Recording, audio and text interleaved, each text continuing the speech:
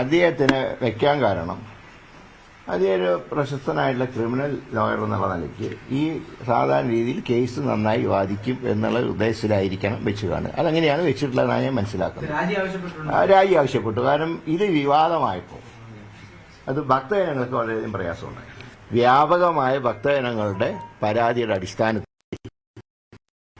മുഖ്യമന്ത്രി തന്നെ അദ്ദേഹത്തിനോട് രാജിവെക്കാൻ ആവശ്യപ്പെട്ടു. അദ്ദേഹം രാജിവെച്ചു. ഇല്ല, പാർട്ടി തലത്തിൽ അത്തരം കാര്യങ്ങളൊന്നും ഗവൺമെന്റ് തല കാര്യങ്ങളൊന്നും ഗവൺമെന്റ് തലത്തിൽ തന്നെയാണ് ചർച്ച ചെയ്യുന്നത്. അല്ല, എന്തെങ്കിലും പോരായ്മ ഉണ്ടെങ്കിൽ അത് പരിഹരിച്ചു പോകുന്നു. പക്ഷേ വിചിത്രമായ പരസ്യ പ്രതികരണമാണ് ദേവസ്വം മന്ത്രിയിൽ നിന്ന് കേൾക്കാൻ കഴിഞ്ഞത്.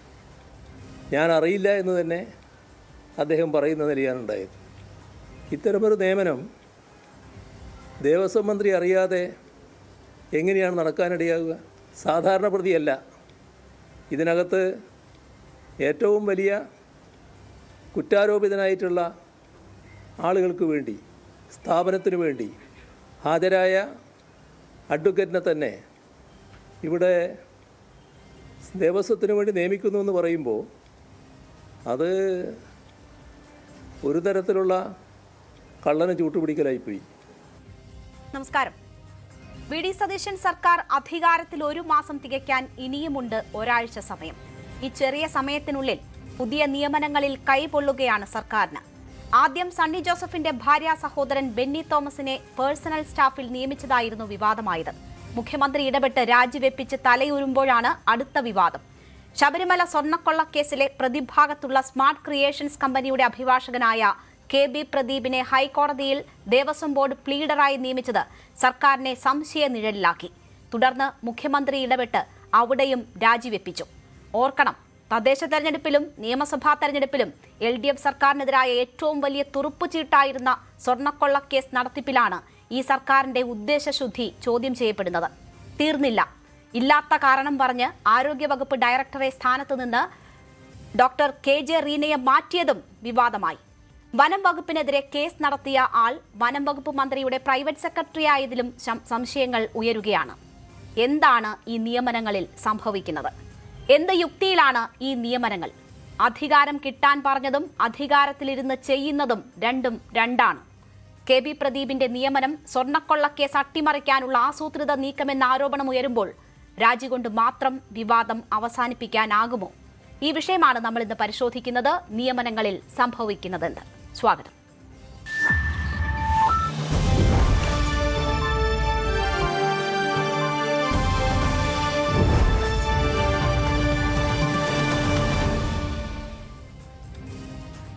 ശ്രീ വസന്ത് തെങ്ങമ്പള്ളി, കോൺഗ്രസ് പ്രതിനിധി, അഡ്വക്കേറ്റ് പ്രിജി, രാഷ്ട്രീയ നിരീക്ഷകൻ, ശ്രീജിത് പണിക്കർ, രാഷ്ട്രീയ നിരീക്ഷകൻ, ഒപ്പം സാമൂഹ്യ രാഷ്ട്രീയ നിരീക്ഷകനായ MN കാരശ്ശേരിയും ഈ ചർച്ചയിൽ നമുക്കൊപ്പം ചേരുകയാണ്. ആദ്യം ശ്രീ MN കാരശ്ശേരി, ഈ സർക്കാർ അധികാരത്തിലെത്തിയിട്ട് 1 മാസമാകാൻ ഇനിയും ദിവസങ്ങളുണ്ട്. പക്ഷേ നിർണായകമായ 2 നിയമനങ്ങളിൽ ആ സർക്കാരിന് ഇടപെടൽ നടത്തി ആ നിശ്ചയിച്ച വ്യക്തികളെ രാജിവെപ്പിക്കേണ്ടി വന്നിരിക്കുകയാണ് വിവാദങ്ങൾ ഉയർന്ന സാഹചര്യത്തിൽ. അതിൽ ഏറ്റവും ഗൗരവം സ്വർണ്ണക്കൊള്ളക്കേസുമായി ബന്ധപ്പെട്ടുള്ള ഈ വിഷയം അട്ടിമറിക്കാൻ വളരെ ആസൂത്രിതമായിട്ടാണ് ഈ പ്ലീഡർ സ്ഥാനത്തേക്ക് പ്രദീപിനെ നിയമിച്ചത് എന്ന ആരോപണം ഉയരുന്നു. അതിന്റെ പശ്ചാത്തലത്തിൽ ആ രാജി ചോദിച്ചു വാങ്ങേണ്ടി വന്ന സാഹചര്യമാണ്. താങ്കൾ എങ്ങനെയാണ് ഈ വിഷയത്തെ കാണുന്നത്? സർക്കാരിനെ സംശയമുനയിലാക്കുന്നതാണോ ഈ സംഭവങ്ങൾ?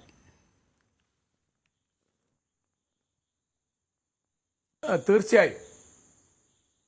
അതായത് ഈ കഴിഞ്ഞ തെരഞ്ഞെടുപ്പിൽ ഏറ്റവും അധികം ആളുകൾ കൊണ്ടാടിയ ഒരു പാട്ടാണ് പോറ്റിയെ കേറ്റിയെ എന്നുള്ളത്. ശബരിമലയിലെ സ്വർണ്ണക്കൊള്ള എന്ന് പറയുന്നത് ഒരുപക്ഷെ എനിക്ക് അറിഞ്ഞൂടാ, ലക്ഷക്കണക്കിനാണോ കോടിക്കണക്കിനാണോ അതിന് നഷ്ടം വന്ന്. വിചിത്രമായൊരു സംഗതിയെ അതുമായിട്ട് ബന്ധപ്പെട്ട അനവധി ആളുകൾ, ദേവസ്വത്തിന്റെ പ്രസിഡന്റുമാർ, വലിയ ഉദ്യോഗസ്ഥന്മാർ, തന്ത്രി, അങ്ങനെ അനവധി ആളുകൾ അതിൽ ഉൾപ്പെട്ടു. അത് വലിയൊരു വിഷയമായി പ്രതിപക്ഷം അത് കൃത്യമായി ഉപയോഗിക്കുകയും ചെയ്തു. അതിലൊന്നും ഒരു തെറ്റുമില്ല. അപ്പോൾ അവർ അധികാരത്തിൽ കയറുമ്പോൾ ആ അധികാരത്തിൽ കയറാൻ അവരെ സഹായിച്ച ഒരു പ്രധാനപ്പെട്ട ക്യാമ്പയിനാണ് ശബരിമല സ്വർണ്ണക്കൊള്ള എന്ന് പറയുന്നത്. അന്ന് ആ സംഭവം നടക്കുമ്പോൾ ആ പ്രതികളുമായി ബന്ധമുള്ള ഒരു അഡ്വക്കേറ്റിനെ, അദ്ദേഹം വലിയ പ്രഗത്ഭനായിരിക്കാം, എനിക്ക് അദ്ദേഹത്തെ അറിഞ്ഞുകൂടാ, ആ പ്രാഗൽഭ്യമല്ല അവിടുത്തെ ചർച്ചാ വിഷയം. അദ്ദേഹത്തെ ഗവൺമെന്റിന്റെ പ്ലീഡറായിട്ട് ഒരു സ്പെഷ്യൽ പോസ്റ്റ് ഉണ്ടാക്കി നിയമിക്കുക ചെയ്ത്. തീർച്ചയായിട്ടും സംശയത്തിന്റെ മുൾമുനയിൽ ഗവൺമെന്റിനെ നിർത്തുന്ന ഒരു പരിപാടിയാണത്. കാരണം ജനങ്ങൾ ആഗ്രഹിച്ചത് എന്താണ്? അത്തരം അനവധി കേസുകളിൽ നീതി കിട്ടണം എന്നുള്ളതാണ്. അതിൽ ഒന്നാമത്തെ കേസ് ഏതാന്ന് ചോദിച്ചാൽ ഞാൻ പറയും അത് ശബരിമല സ്വർണ്ണക്കൊള്ള തന്നെയാണ്. അതിൽ വിശ്വാസത്തിന്റെ കാര്യം മാത്രമല്ല, നാട്ടിൽ നടന്ന വലിയൊരു തട്ടിപ്പല്ലേ, കൊള്ളയല്ലേ, അത് നിയമവാഴ്ചയുടെ പ്രശ്നമല്ലേ, അത് വിശ്വാസികളുടെ മാത്രം കാര്യമല്ലോ. പിന്നെ വിശ്വാസികളുടെ ഒരു മനസ്സ് മുറിപ്പെടുക എന്നുള്ളൊരു കാര്യം കൂടി ഉണ്ട്. അപ്പോൾ അത് തീരെ ആലോചനയില്ലാതെ ഒന്നും കാണാതെ ചെയ്തു എന്ന് തൽക്കാലം എനിക്ക് തോന്നുന്നില്ല. കാരണം ഈ അഡ്വക്കേറ്റ് പ്രദീപ് പ്രതിപക്ഷത്തുള്ള പ്രതികളുടെ പക്ഷത്തുള്ള, ഞാൻ പറഞ്ഞ തെറ്റിപ്പോയതാ, പ്രതികളുടെ ഭാഗത്തുള്ള ഒരു സ്ഥാപനവുമായിട്ട് അദ്ദേഹത്തിന് ബന്ധമുണ്ട് എന്നും അദ്ദേഹം അവരുടെ അഡ്വക്കേറ്റ് ആയിരുന്നു എന്നൊക്കെ എല്ലാവർക്കും അറിയുന്ന കാര്യമാണ്. അപ്പം അങ്ങനത്തെ ഒരാളെ വെക്കുന്നതിൻ്റെ അനൗചിത്യം എന്നുള്ളത് വളരെ വ്യക്തമാണ്. അതിൽ ആരോപണം വരും എന്ന് വ്യക്തമാണ്.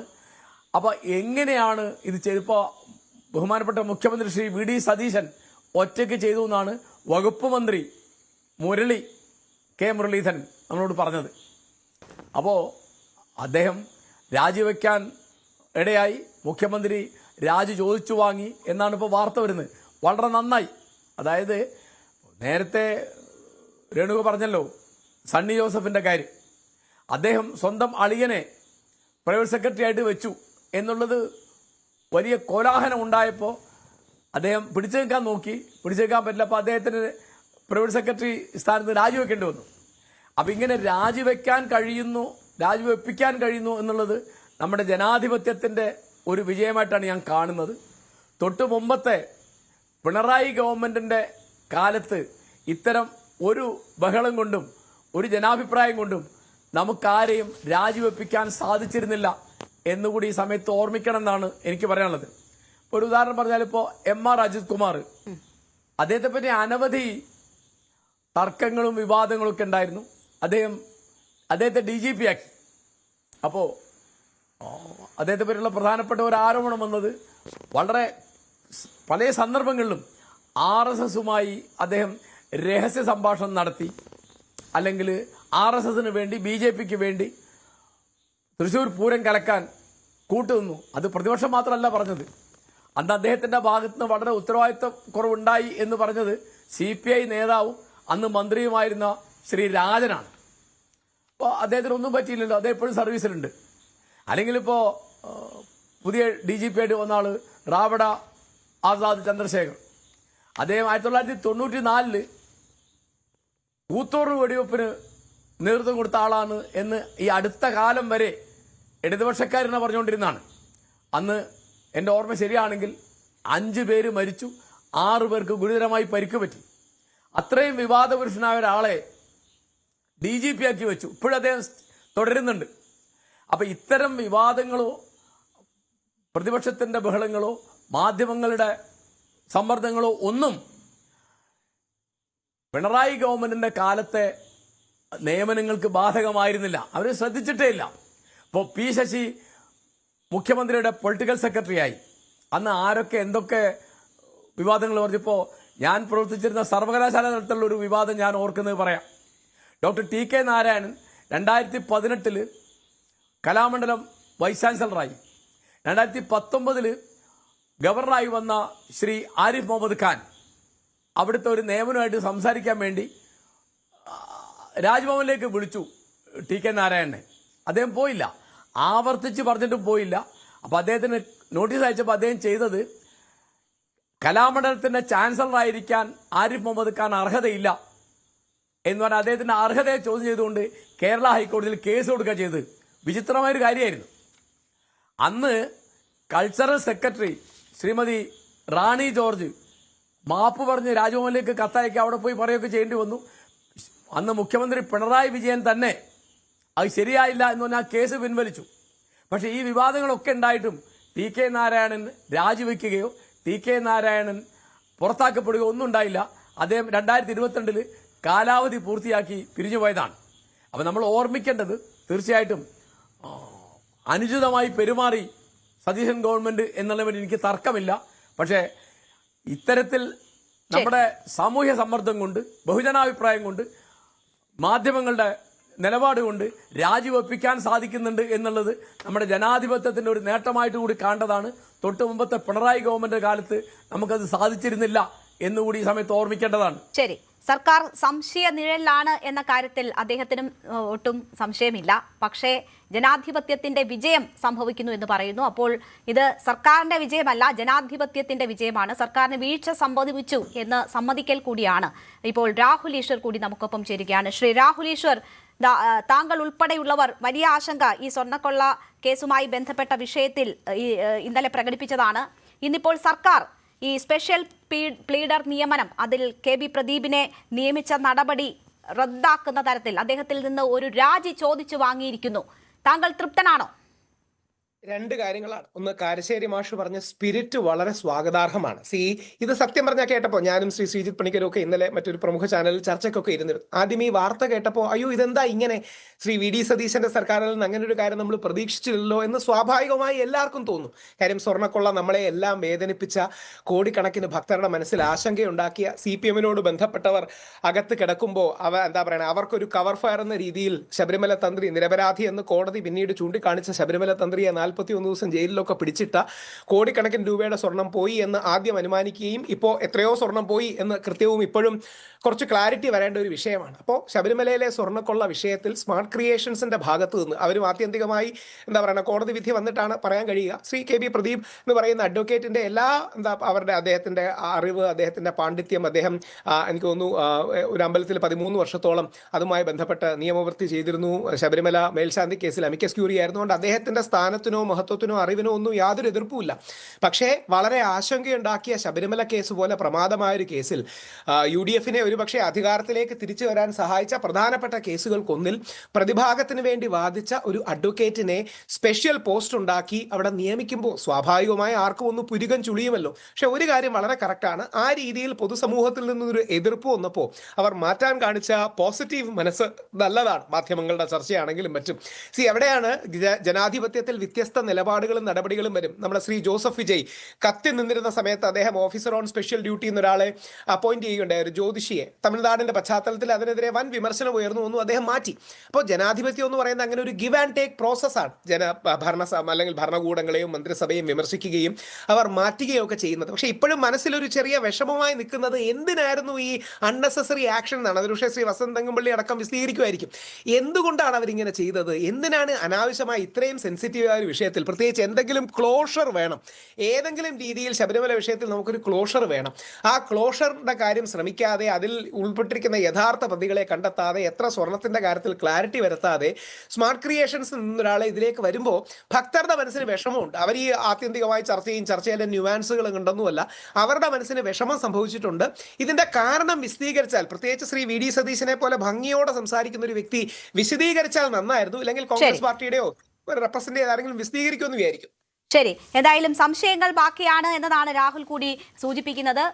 തിരുത്തുന്നതിൽ സന്തോഷം, പക്ഷേ സംശയങ്ങൾ ബാക്കി. ശ്രീ വസന്ത് തെങ്ങുംപള്ളി, നോക്കൂ, ഇവിടെ ഇപ്പോൾ വിശ്വാസികൾ പറഞ്ഞു, വിശ്വാസികൾ സംശയം രേഖപ്പെടുത്തി, അതുകൊണ്ട് ഞങ്ങൾ തിരുത്തുന്നു എന്നതാണ് ഇന്ന് മന്ത്രി K മുരളീധരൻ പറയുന്നത്. അങ്ങനെ ജനാധിപത്യ വിശ്വാസികളും അല്ലാത്ത വിശ്വാസികളും ഒക്കെ കണ്ണിൽ എണ്ണയൊഴിച്ച് സർക്കാരിനെ ഇങ്ങനെ നിരീക്ഷിക്കണം, തെറ്റ് വന്നാൽ പ്രശ്നം ഉണ്ടാക്കണം, അങ്ങനെയാണെങ്കിൽ ഞങ്ങൾ തിരുത്തി നന്നായിട്ട് പൊയ്ക്കൊള്ളാം എന്ന സന്ദേശമാണോ നൽകുന്നത്? അല്ല, ഒന്ന് രണ്ട് കാര്യങ്ങൾ. ഒന്ന്, ഈ V പ്രദീപ് കുമാർ, അദ്ദേഹം സ്മാർട്ട് ക്രിയേഷൻസിന്റെ അഡ്വക്കേറ്റ് എന്നതിനപ്പുറത്ത് കേരളത്തിൽ അങ്ങോളം ഇങ്ങോളമുള്ള പ്രധാനപ്പെട്ട ഒരുപാട് ക്ഷേത്രങ്ങളുടെ അഭിഭാഷകനും അമിക്കസ് ക്യൂറിയും ഒക്കെ ആയി ഇരുന്ന ആളാണ്. അമിക്കസ് ക്യൂറിയായി ബഹുമാനപ്പെട്ട കേരളത്തിന്റെ ഹൈക്കോടതി നിസ്സാരക്കാരനായ ഒരാളെ ശബരിമല കേസിൽ പ്രതിഷ്ഠിക്കും എന്ന് വിശ്വസിക്കുക നിർവാഹമില്ലല്ലോ. അതിപ്പോ ഈ ചർച്ചയിൽ പങ്കെടുക്കുന്നവരെല്ലാവരും തന്നെ നിയമ പാണ്ഡിത്യമുള്ളവരാണ്. അപ്പോൾ ആ മേഖലയിൽ, അതായത് നിയമപരമായ മേഖലയിൽ വളരെ കൃത്യമായ അവധാനതയും പാണ്ഡിത്യമുള്ള ആളാണ് പ്രദീപ് കുമാർ എന്നതിൽ സംശയമില്ല.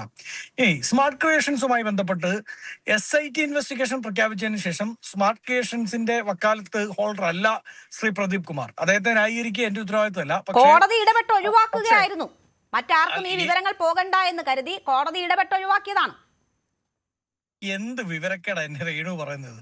സ്മാർട്ട് ക്രിയേഷൻസിന് ഒരു അഡ്വക്കേറ്റിനെ വെച്ചാൽ കോടതി ഇടപെട്ട് അയാളെ ഒഴിവാക്കാൻ ഹർജിക്കാരെ ഒഴിവാക്കിയതാണ്. ഹർജിക്കാരെ കോടതി ഒഴിവാക്കിയതാണ് എന്നതാണ് ഞാൻ പറഞ്ഞത്. അങ്ങനെ പറ. സ്മാർട്ട് അല്ലാതെ വക്കാലത്ത് അദ്ദേഹം ഒഴിഞ്ഞു എന്നുള്ളതാണ്. അല്ലാതെ ഇപ്പൊ ഞാൻ എന്റെ വക്കാലത്ത് വേറൊരാൾക്ക് കൊടുക്കുന്നു, കോടതി ഇടപെട്ട് നിങ്ങളുടെ വക്കാലത്ത് അയാൾ ഞാൻ വക്കാലത്തിന്റെ കാര്യമല്ല എന്ന് പറഞ്ഞത് ക്ലിയർ ചെയ്തല്ലോ. കോടതി ഇടപെട്ട ഹർജിക്കാരെ ഒഴിവാക്കുകയായിരുന്നു. അല്ല ഞാൻ പറയട്ടെ. അപ്പൊ സ്മാർട്ട് ക്രിയേഷൻസിനെ സംബന്ധിച്ച് ഈ കൊള്ളയുമായി ബന്ധപ്പെട്ട അവരുടെ പങ്കെന്താണ് എന്നത് വ്യക്തമാക്കപ്പെടേണ്ടതാണ്. അവിടെ ചെന്ന് ഇത് മാറ്റപ്പെട്ടു എന്നുള്ളതും അതിൻ്റെ അകത്ത് അവർ അറിഞ്ഞുകൊണ്ടാണോ അതോ ഒരു സ്മാർട്ട് ക്രിയേഷൻസിന്റെ പരിധിയിൽ വരുന്ന കാര്യങ്ങളാണോ അവരതിൽ പ്രവർത്തിച്ചത് എന്നത് വ്യക്തമാക്കപ്പെടേണ്ടതുണ്ട്. അത് അന്വേഷണം മുമ്പോട്ട് പോവുകയും വേണം. പക്ഷേ SIT ഇൻവെസ്റ്റിഗേഷൻ വന്നതിന് ശേഷമാണ് മയപ്പെടുത്തിയാണ് വസന്ത് ഇപ്പോൾ അവരുടെ പങ്കാളിത്തം സംബന്ധിച്ചുള്ള കാര്യങ്ങൾ പറയുന്നത് എന്ന് കേൾക്കുമ്പോ കാലം അധികം ഒന്നും മാറിയിട്ടില്ല. 1 മാസം ആകുന്നേ ഉള്ളൂ ശ്രീ വസന്ത്. ഞാൻ ഒറ്റ കാര്യം സൂചിപ്പിച്ചോട്ടെ. ഇദ്ദേഹം അഭിഭാഷകൻ എന്ന നിലയിൽ മറ്റ് കർത്തവ്യങ്ങളിൽ വലിയ രീതിയിൽ പേരെടുത്ത വ്യക്തി ആയിരിക്കാം. അതേ വ്യക്തി തന്നെ ഈ സ്മാർട്ട് ക്രിയേഷൻസിന് ക്ലീൻ ചിറ്റ് നൽകിക്കൊണ്ട് മാധ്യമങ്ങൾക്ക് മുന്നിൽ വന്ന് അവരുടെ വക്താവിനെ പോലെ സംസാരിക്കുകയും ആ കേസിനെ തന്നെ വഴിതിരിച്ചു വിടാൻ ശ്രമിക്കുകയും ചെയ്തിരുന്നു. അങ്ങനെ ഒരു കാര്യം കൂടിയുണ്ട്. ഇനി രേണു 1 മിനിറ്റിൽ 10 തവണ ഇടപെട്ടാൽ എനിക്ക് മയപ്പെടുത്താതെ രേണുവിനോട് സംസാരിക്കേണ്ടി വരും. എന്റെ വാദങ്ങളിൽ മയപ്പെടുത്തലുണ്ടെന്ന് അങ്ങ് പറഞ്ഞാലും അങ്ങയോട് സംസാരിക്കുമ്പോൾ മയമില്ലാതെ സംസാരിക്കേണ്ടി വരും. അതുകൊണ്ട് എന്നെ പറയാൻ അനുവദിക്കണം എന്നുള്ളതാണ് ഇത്. ഞാൻ B പ്രദീപ് കുമാറിന്റെയോ സ്മാർട്ട് ക്രിയേഷൻസിന്റെയോ അഡ്വക്കേറ്റ് അല്ല. ഞാൻ വളരെ കൃത്യമായി പറഞ്ഞത്, ദേവസ്വം ബോർഡിന്റെ പ്ലീഡറായി വെക്കുമ്പോൾ സ്വാഭാവികമായും ആ മേഖലയിൽ, അതായത് ദേവസ്വങ്ങളുമായി ബന്ധപ്പെട്ട എക്സ്പീരിയൻസ് ഉള്ള ഒരാൾ എന്ന നിലയിലായിരിക്കാം അദ്ദേഹത്തെ പരിഗണിച്ചത് സർക്കാർ എന്നാണ് ഞാൻ മനസ്സിലാക്കുന്നത്. ഇനി അതിനേക്കാളൊക്കെ അപ്പുറത്ത് ബഹുമാനപ്പെട്ട കാരശ്ശേരി മാഷും രാഹുലും ഒക്കെ പറഞ്ഞതുപോലെ വിശ്വാസികൾക്കും, ഇപ്പൊ അങ്ങ് പറഞ്ഞ വിശ്വാസികളല്ലാത്തവരും എന്ന് പറഞ്ഞാൽ ആത്യന്തികമായി ദേവസ്വവുമായി ബന്ധപ്പെട്ട് നിൽക്കുന്നത് വിശ്വാസികൾ തന്നെയാണ്. അതിന്റെ സ്റ്റേക്ക് ഹോൾഡേഴ്സ് വിശ്വാസികളാണ്. നമ്മൾ എത്ര സെക്യുലറിസം എന്ന് പറഞ്ഞാൽ ദേവസ്വം ബോർഡ് വിശ്വാസികളുമായി ബന്ധപ്പെട്ടാണ് എന്നാണ് കോൺഗ്രസിന്റെ ടേക്ക്, ഞങ്ങളുടെ സ്റ്റാൻഡും. അപ്പൊ ആ വിശ്വാസികൾ, അതായത് ദേവസ്വം ബോർഡിന്റെ സ്റ്റേക്ക് ഹോൾഡേഴ്സ്, അവരാവശ്യപ്പെട്ടു, അല്ലെങ്കിൽ അവരുടെ ഭാഗത്ത് നിന്ന് വിവിധ കോണുകളിൽ നിന്ന് ഒരു ആശങ്ക ഉയർന്നു വന്നപ്പോ അതിന്റെ പിറ്റേ ദിവസം തന്നെ അദ്ദേഹത്തെ രാജി എഴുതി മേടിച്ചില്ലേ? രാജി എഴുതി മേടിച്ചു വസന്ത്. പക്ഷേ ആരാണ് ഈ നിയമനം നടത്തിയത്? ആരുടെ ഉത്തരവാദിത്തമായിരുന്നു ഈ നിയമനം? ആരാണ് ഈ ജാഗ്രത കുറവ് കാട്ടിയത് എന്ന കാര്യത്തിൽ വസന്തിന് ഒരു വ്യക്തതയുണ്ടോ? അല്ല, ജാഗ്രത കുറവല്ലെന്നേ. ജാഗ്രത കുറവെന്നൊക്കെ പറയുന്നത് CPM-ന്റെ സംസ്ഥാന പോളിറ്റ് ബ്യൂറോയുടെ നിഘണ്ടുവിലുള്ള വാക്ക്. അതൊന്നും കോൺഗ്രസിന്റെ നാക്കിലേക്ക് അങ്ങ് വെച്ചു തരാൻ നോക്കണ്ട. ഞങ്ങൾ അങ്ങനെയൊന്നും പറഞ്ഞ് കൈ കഴുകുന്നില്ലല്ലോ. ഇത് നിയമവകുപ്പാണ് ഗവൺമെന്റ് പ്ലീഡർമാരെ വെക്കുന്നത്. അത് എല്ലാ വകുപ്പുകളിലും വെക്കാറുണ്ട്. ഇന്നലെ തന്നെ എത്രയോ പറഞ്ഞ ലിസ്റ്റ് വെളിയിൽ വന്നു.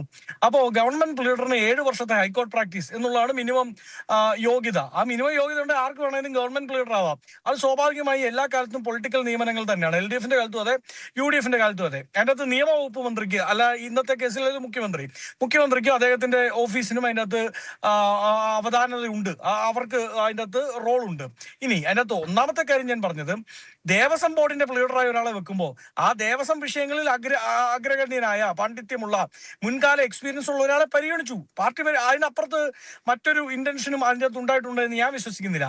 പക്ഷേ അത് പരിഗണിക്കപ്പെട്ട ശേഷം അങ്ങനെയല്ല. ഈ സ്മാർട്ട് ക്രിയേഷൻസിന്റെ അഡ്വക്കേറ്റ് അദ്ദേഹം വന്നു. ഇപ്പൊ അങ്ങ് പറഞ്ഞു സ്മാർട്ട് ക്രിയേഷൻസിന്റെ വക്താവായി അദ്ദേഹം സംസാരിച്ചു എന്നൊക്കെ പറയുമ്പോൾ സ്വാഭാവികമായ ഒരു അഡ്വക്കേറ്റ് അവരുടെ ക്ലയൻസിന് വേണ്ടി സംസാരിക്കും. അത് ചിലപ്പോൾ മീഡിയാസ് നിങ്ങൾ ചോദിച്ചാൽ സംസാരിച്ചെന്നൊക്കെ വരും.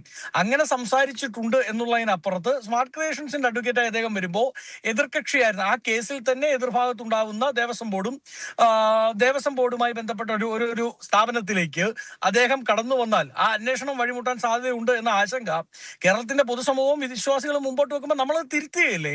അല്ലാതെ ഇപ്പോഴും കടിഞ്ഞു തൂക്കി അതിന്റെ പുറകെ നടന്ന് നിയമത്തിന്റെ പുറകെ പോയി സുപ്രീം കോടതിയുടെയും ഹൈക്കോടതിയുടെ വരാന്ത തിങ്ങി നിറങ്ങി അവസാനത്തെ പെൻഷന്റെ വറ്റുമേടിക്കാൻ വേണ്ടി CPM-കാർ ഇരുന്ന പോലെ ഇരിക്കുന്നില്ലല്ലോ. എത്രയോ ഉദാഹരണങ്ങളുണ്ട്. അങ്ങ് പറഞ്ഞു 1 മാസേ ആയുള്ളൂ സർക്കാർ മാറിയിട്ടെന്ന്.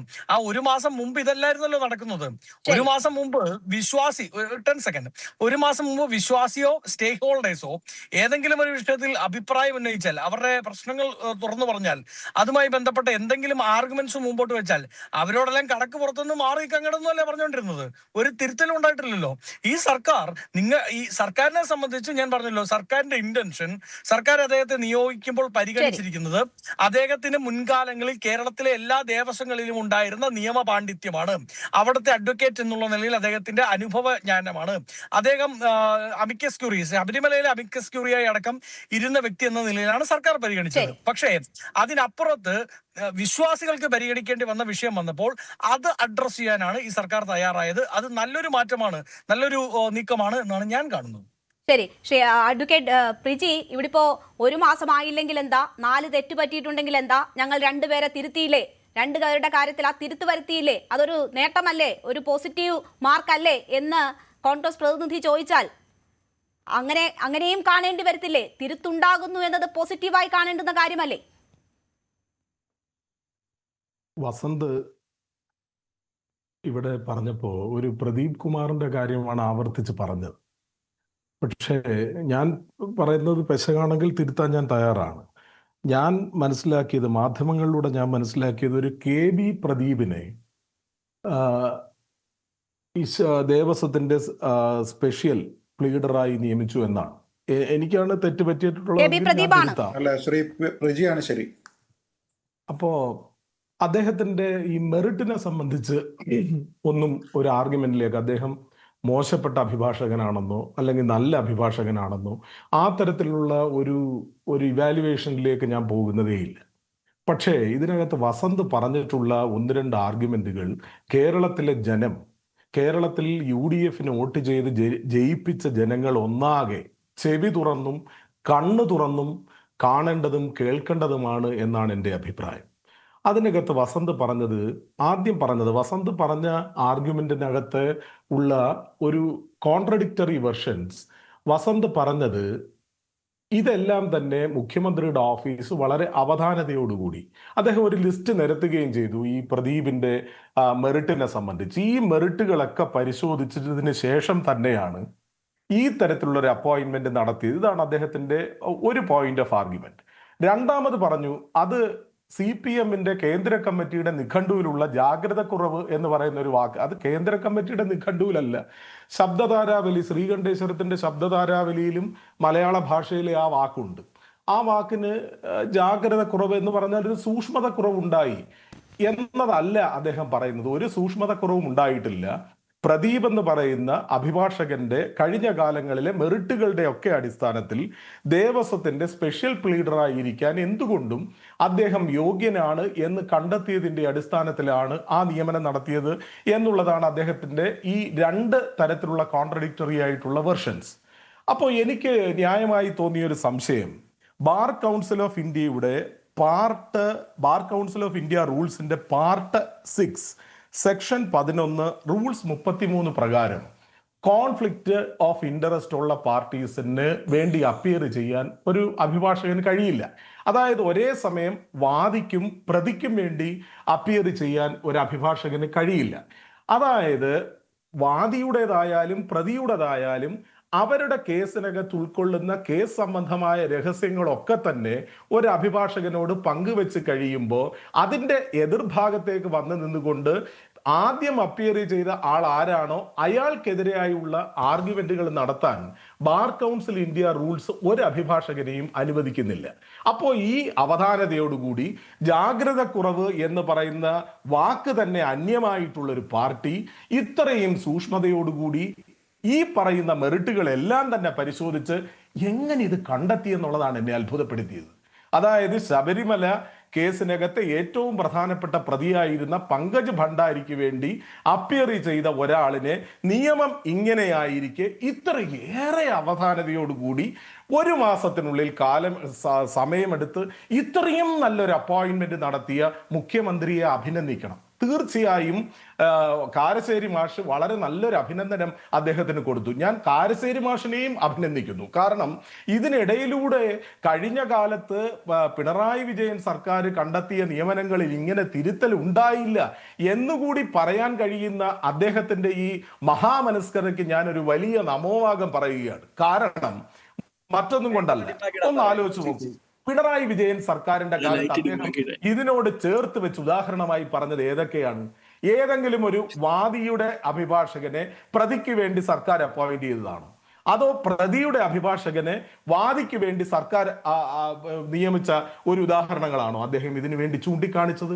അപ്പോൾ എന്ത് വന്നാലും, ഭരണത്തിൽ നിന്ന് പോയാലും, 35 സീറ്റിൽ ഒതുങ്ങിയാലും, എന്തായാലും ഏതുവഴി പോയാലും പിണറായി വിജയനിട്ട് ഒരു കൊട്ടു കൊടുക്കണം എന്ന് അദ്ദേഹത്തെ പോലെ ഒരാൾ ഈ വിഷയത്തെ അപഗ്രഹിക്കുന്ന സമയത്ത് പറഞ്ഞത് ശരിയായില്ല എന്നുള്ള അഭിപ്രായമാണ് എനിക്കുള്ളത്.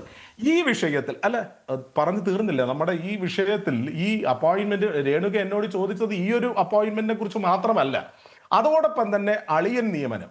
ഇല്ല, അതിലേക്ക് നമുക്ക് വരാം.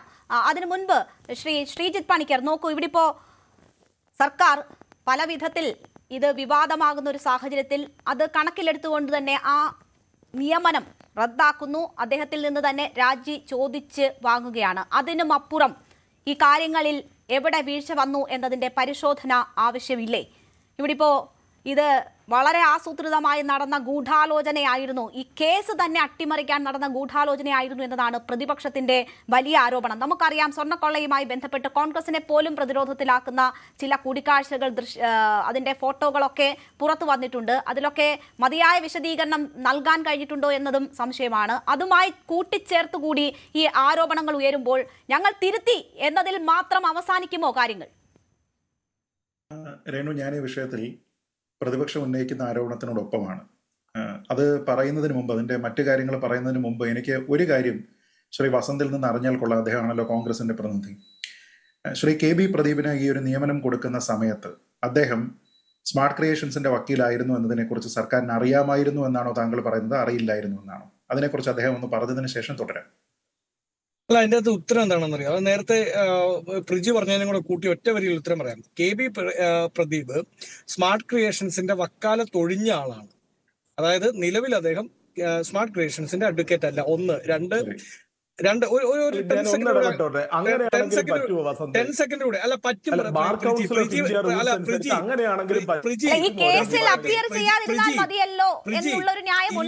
അങ്ങനല്ലെന്നേ, എന്താ പ്രിജി പഠിച്ച അതേ ബാർ കൗൺസിൽ. എന്റെ പ്രിജി മണ്ടത്തരം പറയരുത്. ആ കേസിൽ നിന്ന്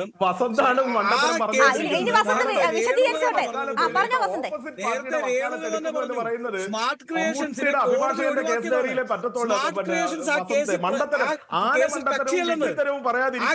കക്ഷിയല്ലെന്ന് പിന്നെ എന്ത് വിവരക്കേടാ പറയുന്നത്? റൂൾസ് ഒന്ന് വായിക്കും, അതുപോലും മിനിമം ഒരു കാര്യം ചെയ്യാം. അങ്ങയുടെ അവസരത്തിൽ പറയാം. ഞാനിത് എന്റെ ഒരു ക്ലാരിഫിക്കേഷൻ ചോദിച്ചതാണ്, പറയട്ടെ. അല്ലെന്നേ, എന്ത് വിവരക്കേടാ ഇതേക്ക് പറയുന്നത്? സ്മാർട്ട് ക്രിയേഷൻസ് ആ കേസിൽ കക്ഷിയാണ്. പ്രിജി അഭിഭാഷകനല്ലേ? സ്മാർട്ട് ക്രിയേഷൻസ് ഇപ്പൊ ആ കേസിൽ അല്ലെന്ന് വിടുന്ന അത് വിട്.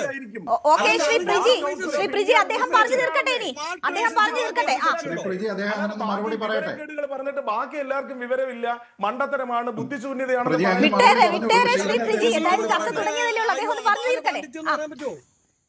ബുദ്ധിശൂന്യത പറഞ്ഞ അപാര പാണ്ഡിത്യം. അങ്ങ് പറഞ്ഞത് ശരിയാണ്.